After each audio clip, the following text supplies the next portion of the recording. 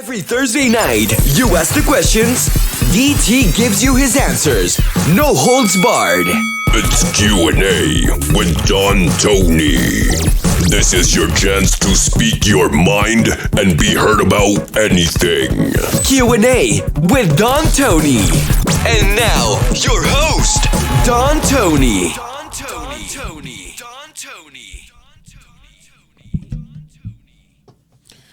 All right, I get it. It's a week late. I know we originally were going to upload this on the 8th, but looking at the holidays and the upcoming weeks, and since we decided to do the mailbag every 2 weeks from now on, instead of every month and every week, which is what majority of you voted on, I figured we do it today, the 15th of December. We'll do the next one, the 29th of December. So you all could let me know how your Christmas was for those who celebrate. Happy holidays, everyone. DT here, your mailbag for 12/15/2022. And I think what we're going to do from now on, starting the next show, is we'll let everybody vote on what they thought was their favorite question submitted on the show. And that person will win a prize. So I was thinking, spur of the moment, like, what can we give away, for the next mailbag? And I'm not trying to be a little conceited, but I know this is something that a lot of you have asked for in the past. And I did find about 6 of them in my office buried somewhere. Not dead bodies, but Don Tony ceramic bobbleheads. You can hear it. So the next show, the next Q&A, whoever gets voted like the best question, my grimy hands, you'll get free Don Tony bobblehead. And if you want, I'll be more than happy even to give you like a signed picture. People ask me for signed photos once in a while, and I grant it. And I do have photos. I don't, let it go to my head, but, it feels good for people to want some Don Tony grub, especially after all these years. And hey, look, this is like, how long ago did we order these? We ordered these probably about 12 years ago. So, it's, if I use a little hair dye, I could probably still pull it off. All right. So the reason why we're going to do mailbags more often is to keep the questions fresher. And that allows us to not have to do 50 or 100 questions in one shot. The turnover will be a lot better, a lot quicker. And hey, some topics do age after a little while. So let's get right into it. Now, some of your questions were submitted over in the community section on YouTube. Some of you chose to email it, dontony@dontony.com. Whichever you prefer, that is fine with me. And remember, the next mailbag will be Thursday, December 29th, so mark it down. I will definitely post a thread in the community section in a day or so you could start sending your questions in early. I wish YouTube would have, like a pin feature that you could pin like one thread to the top so it always stays on the top. They don't do that.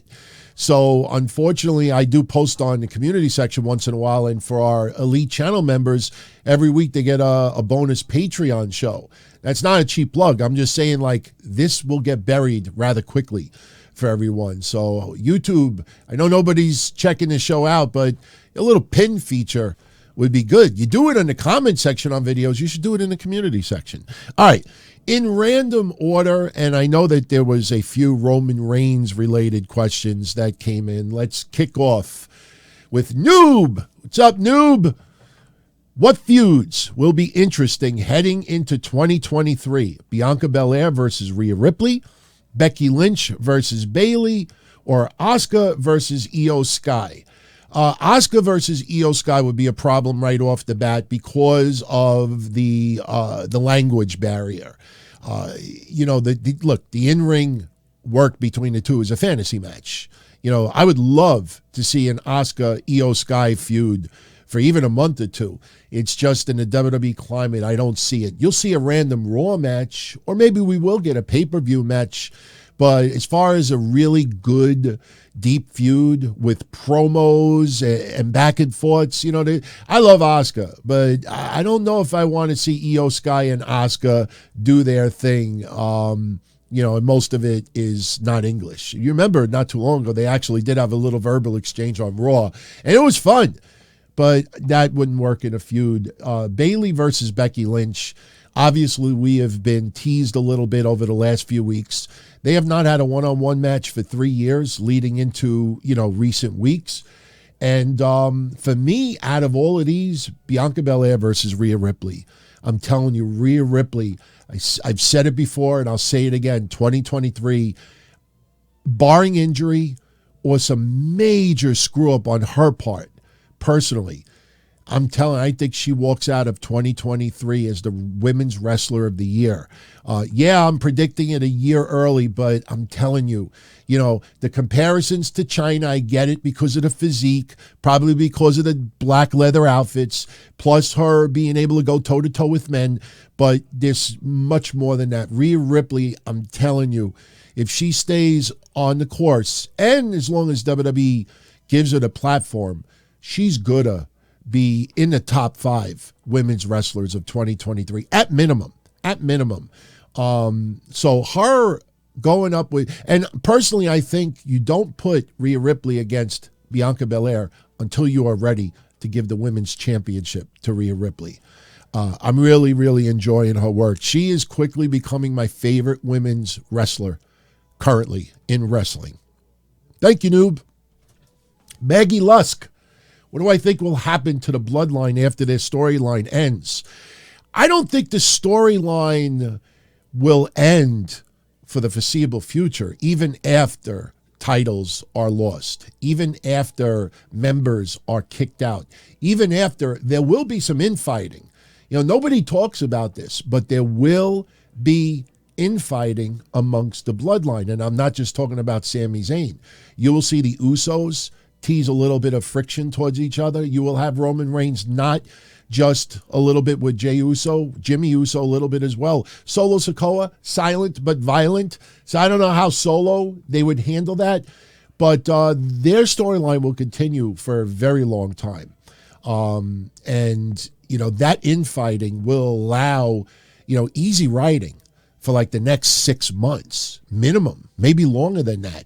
Yes, these wrestlers will feud with other people. I'm not saying that it's strictly going to be Roman versus, Bloodline or, a little bit of condescension, but that storyline will continue for quite some time.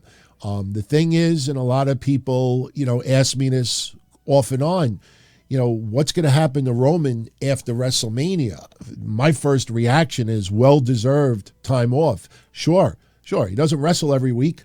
Wrestles maybe once a month at when you really figure it out. He's not on TV every week, but as far as the being the focal point on the main roster, he's got to take some time off to force that attention away from him. It's not a negative thing. Roman Reigns being the head of the WWE table is money. There's no question. But I think a well-deserved physical and mental vacation for Roman Reigns after WrestleMania, in my opinion. Does he lose both titles at Mania?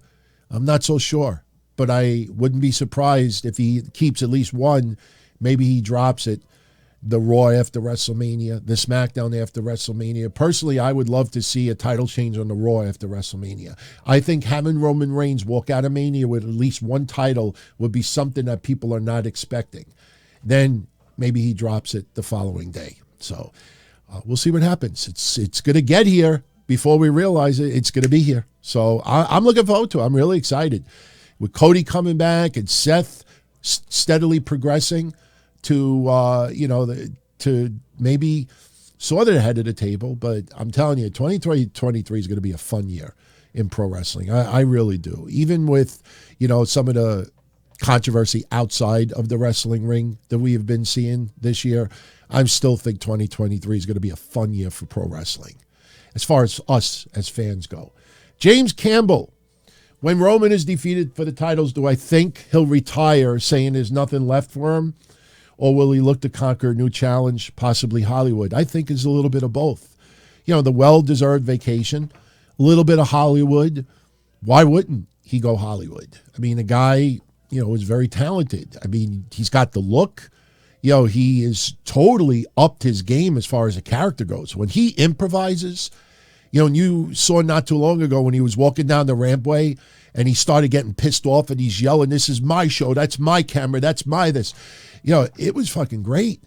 So I could definitely see him doing Hollywood. But I think there'll be a balance. He might kind of mirror John Cena, as far as his progression into Hollywood. But no, I don't see Roman Reigns ultimately doing all these commercials for peanuts and cars and healthcare and this. Like John Cena, almost every night I hear a commercial where he's doing the voiceover for it. But Roman will definitely have a little bit of a footprint in Hollywood. But no, I don't see him retiring yet. The future is never guaranteed. And Roman Reigns is still young enough that he has many years left in his career. Slow it down? Absolutely. But retire this early, and then years later you regret retiring so early? I don't see retirement in the immediate future for Roman Reigns. Unless, physically he is just so exhausted that, maybe medically he's forced to call it. But I just don't see that, to be honest. I don't see it. Thank you. Michael Gonzalez. Do I think we could see the passing of a torch between Roman Reigns and Solo Sakoa? He thinks Solo has all the tools, becoming a main eventer at some point. No, I don't think Roman Reigns will need to pass the torch to Solo Sakoa. Not every legendary wrestler needs to have a torch passed over to them. Solo Sakoa is learning on the job, not as far as being a pro wrestler. I mean, he's got all the tools and he's a great character, but just standing along the bloodline, when he first came up, it felt a little bit awkward. It felt different, and then, when I went on my honeymoon and saw him pop up in NXT and, win the North American Championship only to have to forfeit it right after, it felt like I was still used to Solo Sikoa NXT. You knew he was going to the main roster. You knew he was going to be a star. But now when I watch him on TV, he fits like a glove. And he doesn't have to say anything. He doesn't have to do anything other than be the hitman. Just the bouncer for the bloodline. And he doesn't need to actually have a rub, to have someone pass the torch. He's earning his keep. And the greatest thing about it, he's just started. So let's see where Solo Sikoa is 5 years from now. Think about the Usos.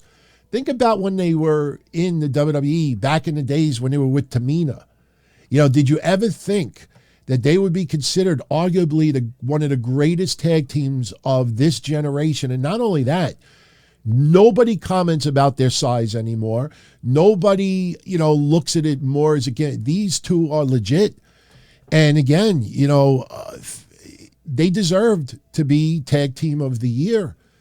Just the amount of work. And let's also give Jimmy Uso a hell of a lot of credit, and Jey Uso as well. But, you think about the trials and tribulations, before this, major, shift into the record books and just the legitimacy. And, it's even better.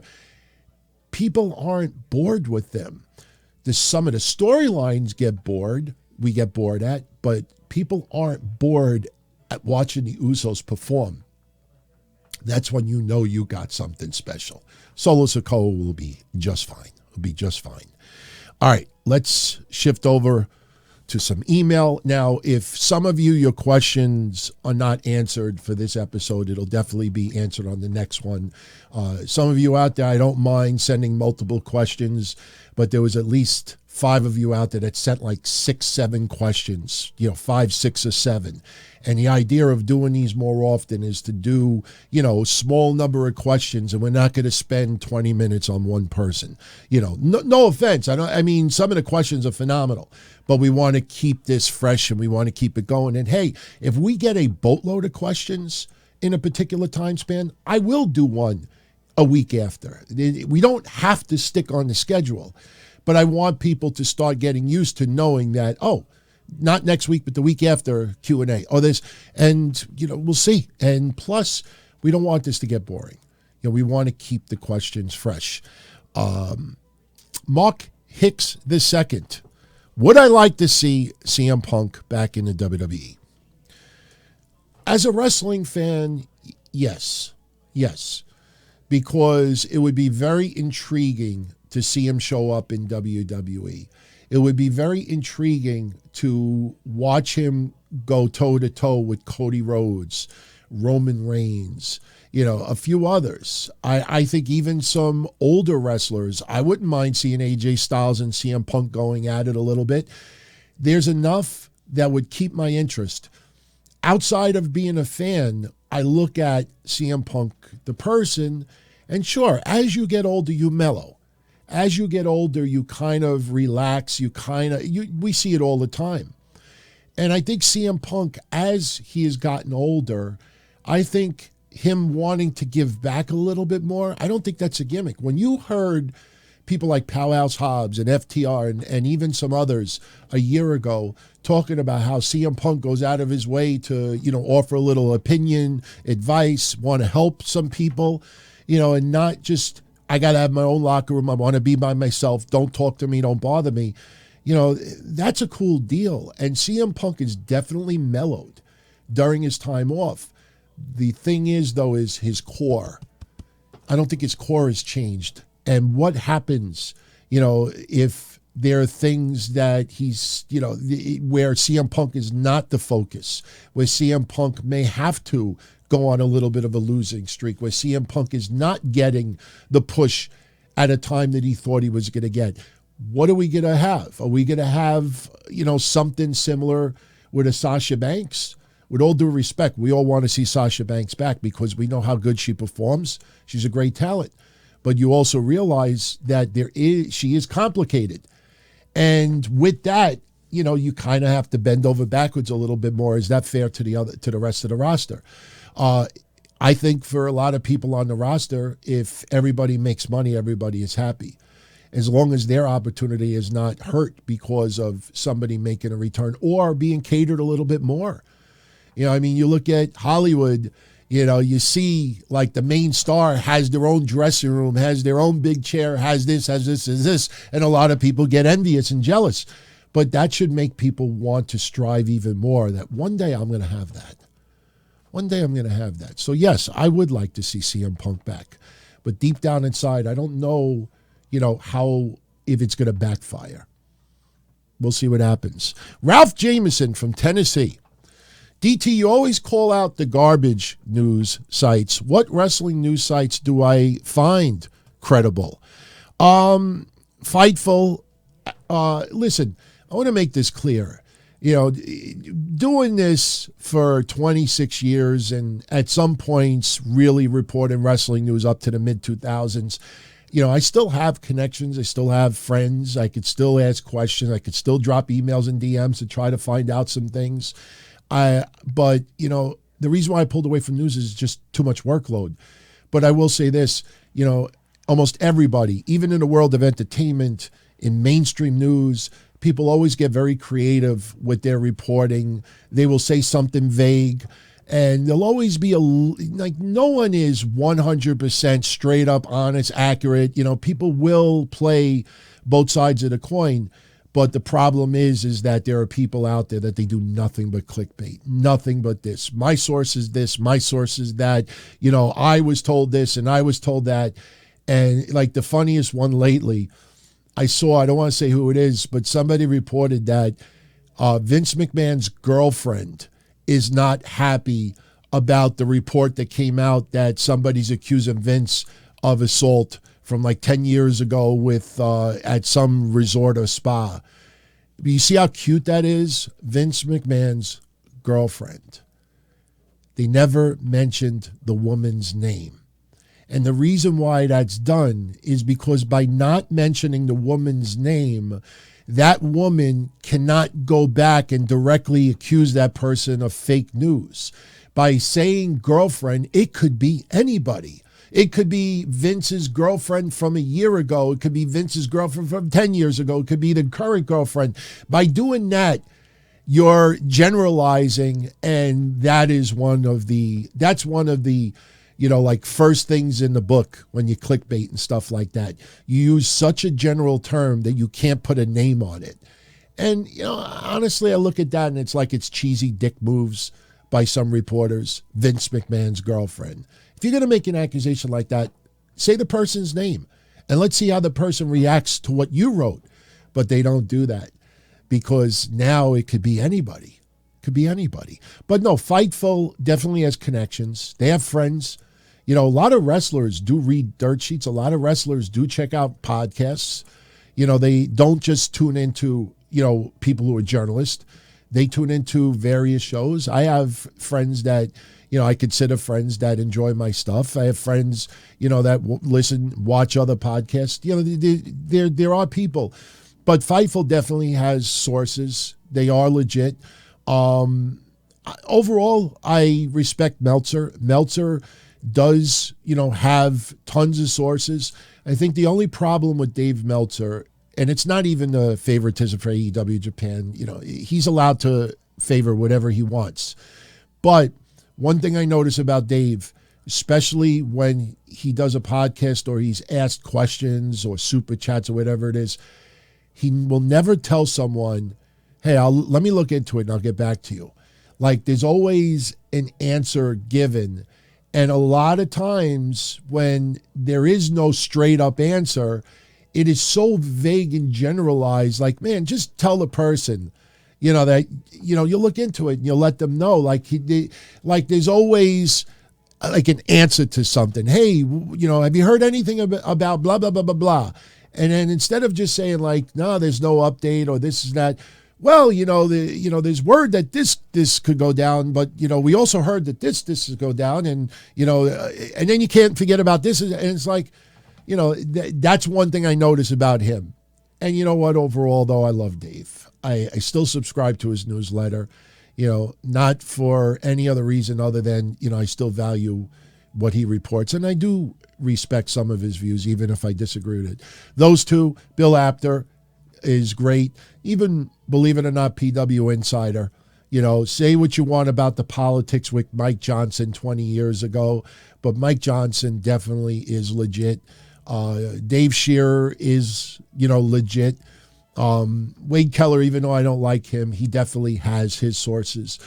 All those guys, and most of them are old school, but all those guys, they definitely, for the most part, are legit with what they report. So, you know, those are the ones, and I'm sure I'm leaving out somebody, and I'm not, you know, saying that no one else is legit or accurate, but as far as the bigger names out there, those are the ones that I would say right off the bat.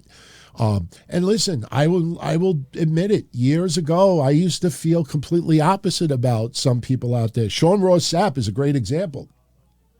Early on, you know, I didn't know who he was, and his name was popping up, and people kept saying to me, oh, Sean Ross Sapp reported this, and what do you think about what Sean Ross Sapp said? And I'm like, what the fuck? And, you know, sometimes, you know, some of the stuff ended up being incorrect. But, you know, I totally shot down all his stuff early on. And then, you know, little by little, you start hearing from people, no, he's legit, and this is that. No, he really does. And then you hear others. And so, you know, I definitely, in past years, I think jumped the gun and downplayed a lot of people and ripped their credibility. And, you know, you realize now you could tell who is legit and who isn't. But like I said, a lot of places, you know, they'll always stretch the truth a little bit, you know, just to get a little bit extra. But when it goes to clickbait territory, that's where I draw the line. And you see it. You see even in the last 12 hours with the Mandy Rose story about being let go. Now people are claiming that, oh, this is what led to this, and oh, this started this. And if you actually think about what these people are writing, they're not actually reporting anything. It's pretty much more common news, you know, common sense. You know, oh, WWE made a spur-of-the-moment decision to take the title off of Mandy. You think? Mandy Rose was not notified of her release until after the match was over. You think? That's not news. That's common sense. You know, we even talked about it on Wednesday Night Dynamite from this week. You know, when you usually get fired from a job, you know, they don't let you go back to your desk and clear it out. They don't let you say goodbye to your friends and coworkers. They just get the fuck out. Security, escort them out. But I just want my stuff. I'm not going to do anything. Look at me. I'm 75 years old. I mean, I just want to. No. We'll put it in a box. You could have someone come by and pick it up. You think in anybody's right mind that they're going to terminate Mandy and tell her this, and then say, oh, by the way, you got to go out there and drop the title to Roxanne. I mean, Mandy may have gone with it as well, but nobody does that. They do their job, and then they say, okay, that's it. All right. Jonathan Garcia, thank you for the kind words. He was telling me a little bit of a story that back he used to tune into the shows, and his grandmother would be hearing like drips and drabs in the background, and she would say, like, what are you listening to? And he would tell her, or he would let her hear some of it, and the cursing and all of that, and she would just could only imagine her reaction to it. He wants to know, with regards to Camille in the NWA, am I a fan of hers? Do I think she would be a better fit in WWE or AEW? Who would I like to see her face off with? Camille is great. I am definitely a fan of Camille. I've bought in with her character, her ability, genuinely a good person. I think Camille still needs a little bit more seasoning and experience. For short spurts, Camille is perfectly fine.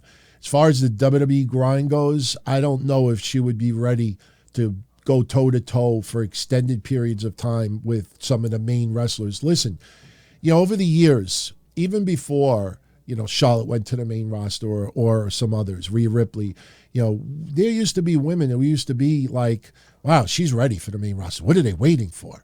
Even with some guys today in NXT, some people feel like, oh, Carmelo Hayes, he's ready. What are you waiting for? Braun Breaker, bring him up now. But, sometimes, no, you don't want him to get lost in the shuffle in the main roster. But second, you got to think about, can they hang with some of the people who we would expect them to hang with on the main roster? And I don't think Camille is at that point yet. I think if she was forced to go to one of the two, I would bring her to AEW because the work schedule would be far less. The matches, I think, would be a little bit easier, and the focus would not be on her as much compared to WWE.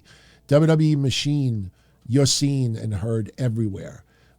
You're still seen and heard in AEW, but, it is very, very balanced.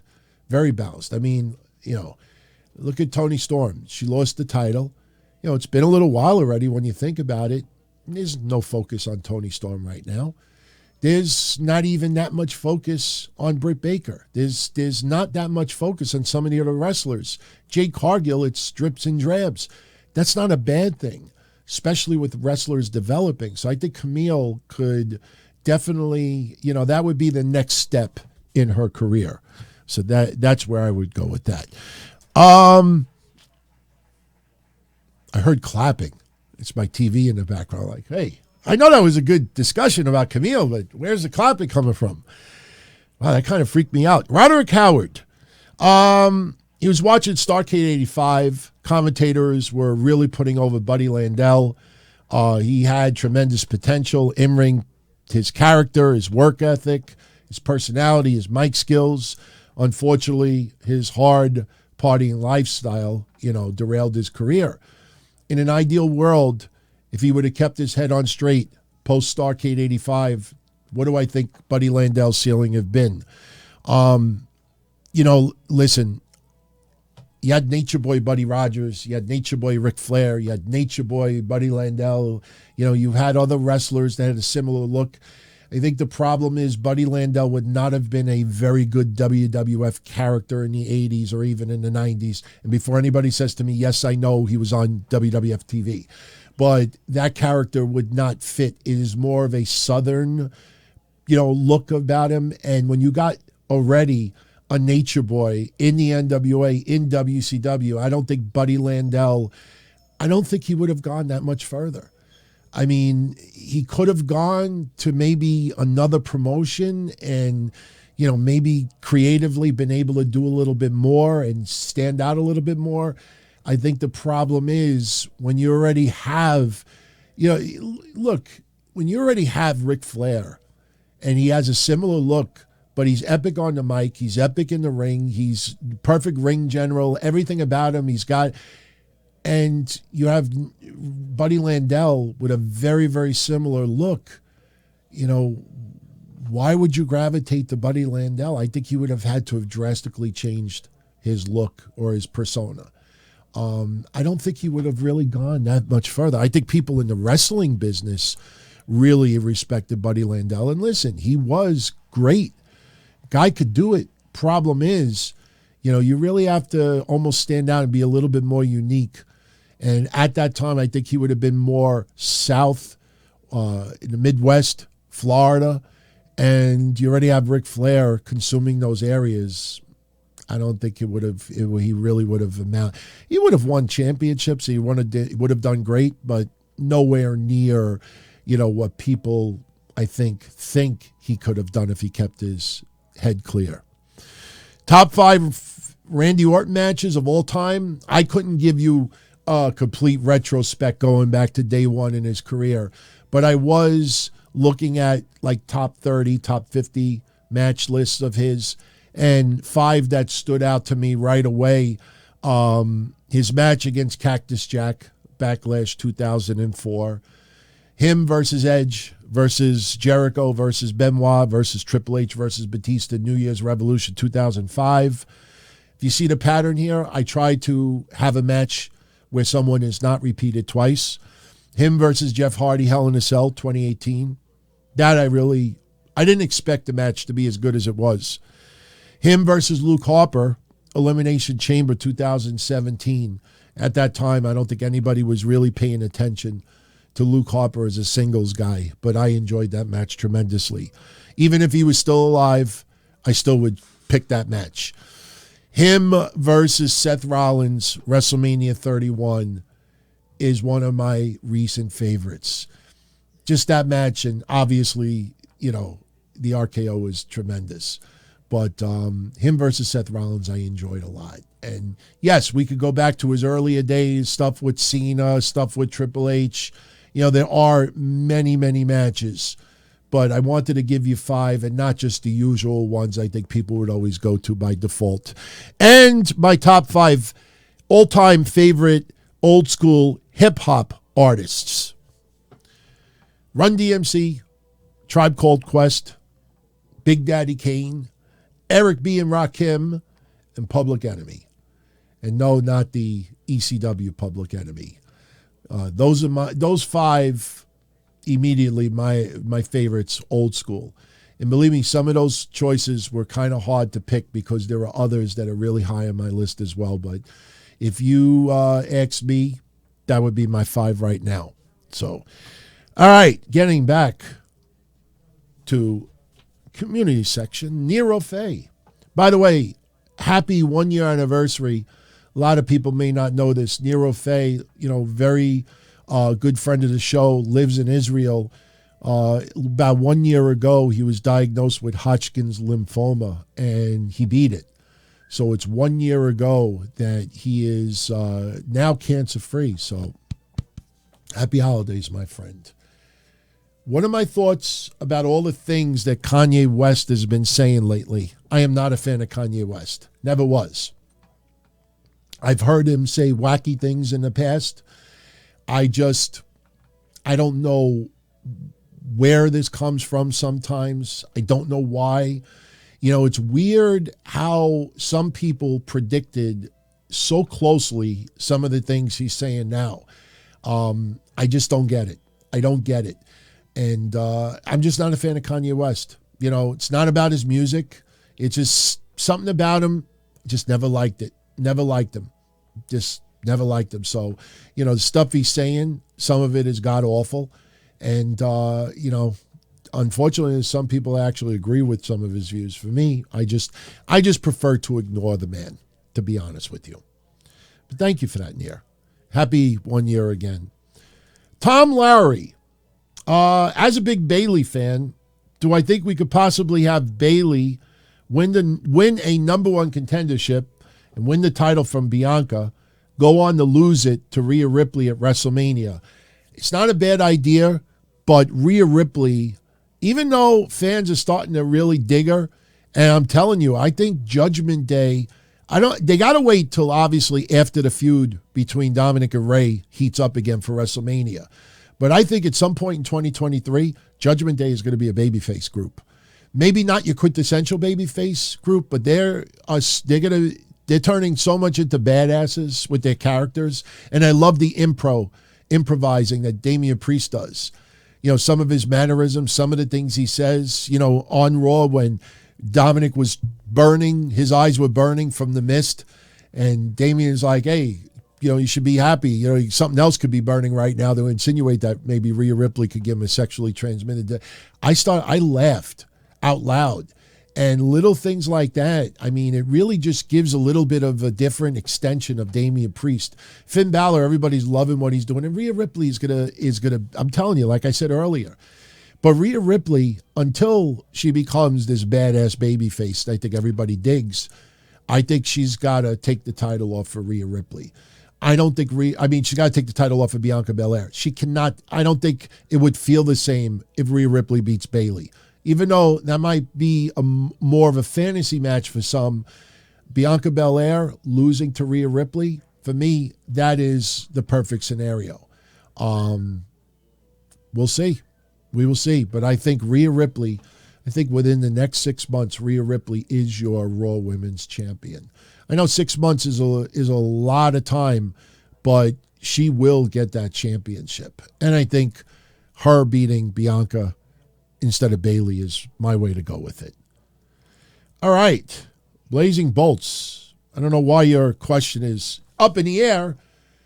I think Jay White's IWGP World Heavyweight Championship reign has been lackluster so far. Do I agree or disagree, and why?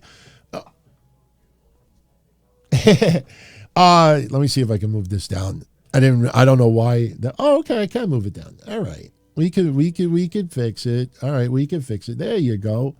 All right.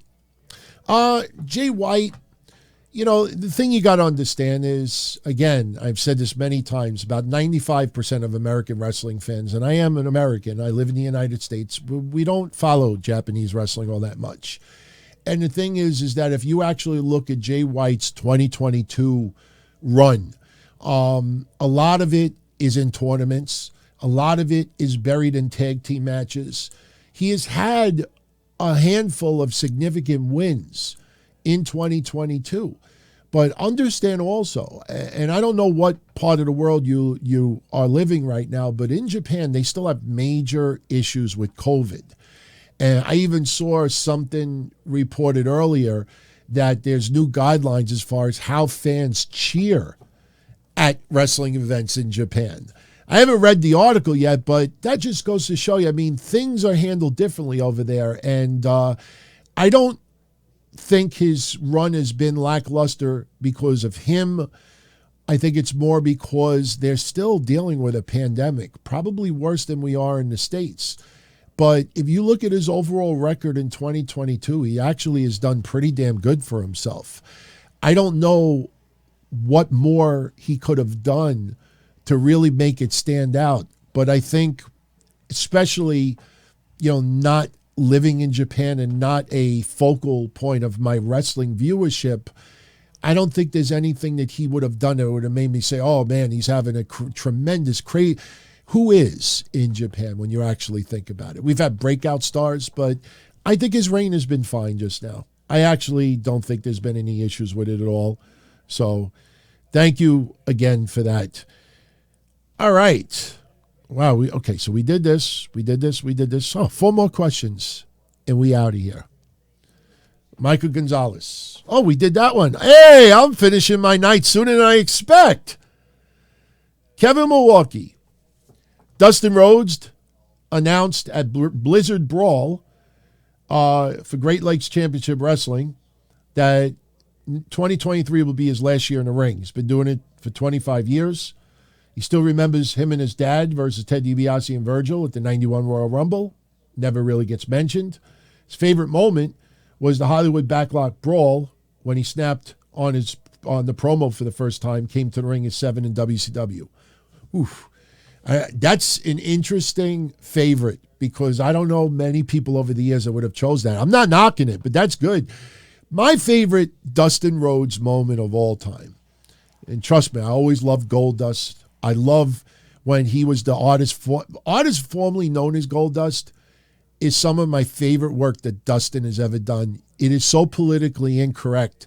I mean, I think some people today that never saw the artist formerly known as Goldust when he was with Luna, that is some wild, fucked up shit. And I'm not even talking about when he did Baby New Year and, Austin beat the shit out of him. But my favorite all-time moment with Dustin is when he had the confrontation in the ring with Dusty. And this was at the time where Dusty was feuding with Terry Funk and I think Bunkhouse Buck. And Dusty Rhodes wanted a partner to go against those guys. And I remember he was in the ring with Dustin and he said, I don't need a handshake. Just give me a hug and a kiss. And Dusty started to break down a little bit. Dustin, his eyes a little watery. And man, that was awesome, man. It was a great moment. I still think about it to this day. Dusty doesn't need a contract. Dusty doesn't need a handshake. That's his son. And he wanted to team up with his son. That's probably my favorite Dustin moment of all time. Even though Dusty did all the talking. Still loved it. Still loved it. But thank you for that. Nice little memory there. Nice little memory. Gary Vaughn. 2 Christmas questions. Single white lights or multicolored lights? And the lights, dancing pattern or solid light pattern? Interesting because, now since I'm married, there's some little subtle changes in my place. My wife has not moved in yet. We're slowly changing things in my place. I didn't realize how many clothes that I had. It was like no closet space, so she'll be in here permanently in about a month. But she decorated our windows for the first time. And she's got these lights, and some of them are steady white lights. Some of them are multicolor. One little lantern is blinking lights. And I was looking at it the other day, even before I saw your question, I was like trying to figure out like which one I like the most. I kind of like multicolored lights and the ones that are just lit. Blinking lights are okay, but I think just seeing steady lights. And look, I know some of you asked me if I was going to put the Christmas lights in the background this year, and I didn't because it still doesn't feel like Christmas to me. I'm not going to lie, I did no shopping yet. I did very, very little. I bought something for my parents, I bought something for me. So tonight, and yes, I originally did 3/4 of this Q&A last week, and I was just going to add some extra questions tonight, splice it together and put it online, but I was like, you know what, let me just do it all over again. So that's why I'm actually re-recording this Thursday, the 15th of December. But we're now December 15th, and I still really haven't done anything. For most of my family members, it's gift cards and cash. That's what I'm given. But, Christmas, I don't know. Something about this year, I'm just not feeling it. You would think, my first Christmas being married. My first this. Christmas this. I don't know. Just something about it. I'm just not feeling it. I'll probably feel it a couple of days before. But right now, no. But steady colored lights is what I like. And favorite holiday movie, his is Die Hard. Believe it or not, mine is Home Alone. And only because, and I've said this before, I was not a fan of Home Alone for many, many, many years. I just wasn't interested in watching it. I think because I remember going to the movies on a date, and I don't remember the name of the movie, but Macaulay Culkin was in it. And it was something with a girl. It was like My Girl or something like that. It was like a short title. It was about like a little blonde-haired girl and him. And I hated the movie. I know the movie was, praised. But I don't know. Maybe just in my 20s, watching this movie, I'm like, I don't want to see this. But I just didn't like Macaulay Culkin after that. And then he did Home Alone, and then the amount of attention that movie got, I was like, leave me alone with that stuff. Plus, and I've said this before on Patreon, plus you got to understand something. In 1990, that's when the movie came out. That same year, Goodfellas came out. And Goodfellas is my favorite movie of all time. And I did not want to see Joe Pesci acting like a clown. You know what I mean? Like, when you see him in Goodfellas, like, I just wasn't interested in seeing him doing the comedy stuff in Home Alone. Like, I'd see little drips and drabs, and it was kind of funny, but because they came out so close together, I was like, no, I'd rather just see, So many years later, one time it was on, and I decided to watch it, and I couldn't believe how much I was laughing in this movie. And Joe Pesci and that other guy, they made the movie for me. Yes, that movie can never be made in 2022. God forbid you leave your kid home and you go on a plane, you're arrested for that shit. But Home Alone, I'm a late bloomer of. So I'm still enjoying it. I could watch that at the Christmas time. When I was a kid, and understand this was many, many, many, many, many decades ago, my favorite movie to watch at Christmas time was Laurel and Hardy, I think March of the Wooden Soldiers. That movie here in New York, we used to have WPIX Channel 11. Every Christmas, that movie would air on WPIX. And every year I would watch it. So as a kid, that was my favorite movie. But for me, it's Home Alone. All right, last question. Hope it's a good one, because I just did these at random tonight, everyone. Roger Rubio. Overall thoughts on Bayley and her run since coming back from her ACL injury. What do I think the future of her holds? Keep up the great work. Thank you. I know a lot of people have been very disappointed with Damage Control, and I think the reason being was because of the placement on the shows. There were many, many episodes of Raw that Damage Control would go off the air. Like, we'd go off the air, and I think after watching Raw for 3 hours on a Monday night, especially when the Raw lags, by the time you get to that final moments of the third hour, you want to feel like, okay, I watched this motherfucker for 3 hours. Give me a good payoff. Make me feel like it was worth me staying up for 3 hours to watch this. And you would have some very lackluster content with Damage Control to go off the air. And I think that would just make it feel even worse. You know what I mean? Like, if you go to a restaurant and, you have a decent appetizer, a decent salad, a decent this, a decent that, and then you have like a subpar average dessert, you'll at least say, well, you know what, at least I, got a whole bunch of other things that I enjoyed. But if your soup sucks, if your appetizer is not very good, if your salad is bland, your main course is kind of crappy, and now you're saying to yourself, hey, this dinner is kind of sucked, but you know what? Dessert is coming. Oh, give me a good fucking dessert. And then they give you shit. By that time, you want to throw that dessert against the wall. You're just like, man, fuck. And I think that's a lot of the feeling with Damage Control. I think if they were placed in different areas of the show at times, I don't think it would have been received as bad. They had a lot of work to do with Io Sky and Dakota Kai. The funny thing is, when they were in NXT, NXT's ratings still 600s for the most part, some 5s, once in a while some 7s. But, everybody talks about, oh, Vince let this person go. Oh, Io Sky doesn't want to renew this and that. And then they come to the main roster, and it's awesome because we're going to see new matches that we haven't seen on the main roster. The problem is, the two women themselves were never huge ratings draw. So they come to the main roster and you try to do the same template you did in NXT, and guess what? A much smaller group of people seem to dig it.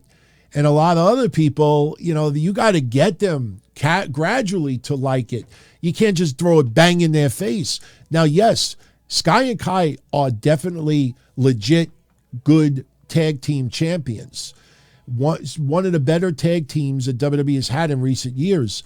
The problem is you look at all of the Damage Control antics that led up to it, especially when some of it was not all that great or well received, and it kind of puts a bigger sour taste in your mouth. So I think in time that will, resolve itself. Bayley is beloved by the fans. She is an annoying heel. That is her job. She is doing her job fine. But I think at some point, Bayley is going to have to tweak the character. And WWE obviously is going to have to be the ones that want to do it. And she's going to have to be a tweener. She's going to have to be more of a baby face. She doesn't have to be the hugger that she was before. But I think if sarcastic Bayley gets in the face of women that we want to see, like, you know, get put in their place, I think it'll work better for her. Plus, you got to understand, too, she had a major, major injury. And yes, she is healed. And she is pretty much 100%. But you also want to take your time getting her back in the mix. And, you know, there's a lot of smoke and mirrors as far as her and what she's doing. When she has matches, she does fine. But you also got to be very, very careful with her. You know, you don't want to obviously have the re-injury. But understand, too, Bayley is, you know, got more years on her. And you have to be much more careful. Honestly, overall, I think Bayley has done just fine. I don't think there would have been any scenario where, you know, everyone would have been like, oh my God, she's fucking phenomenal since she came back. Wow, you know, she should be the focal point of this. I don't think that was ever the intention. And even with, you know, the escalation of Bianca Belair, and look at Rhea Ripley. Rhea Ripley's got no championship.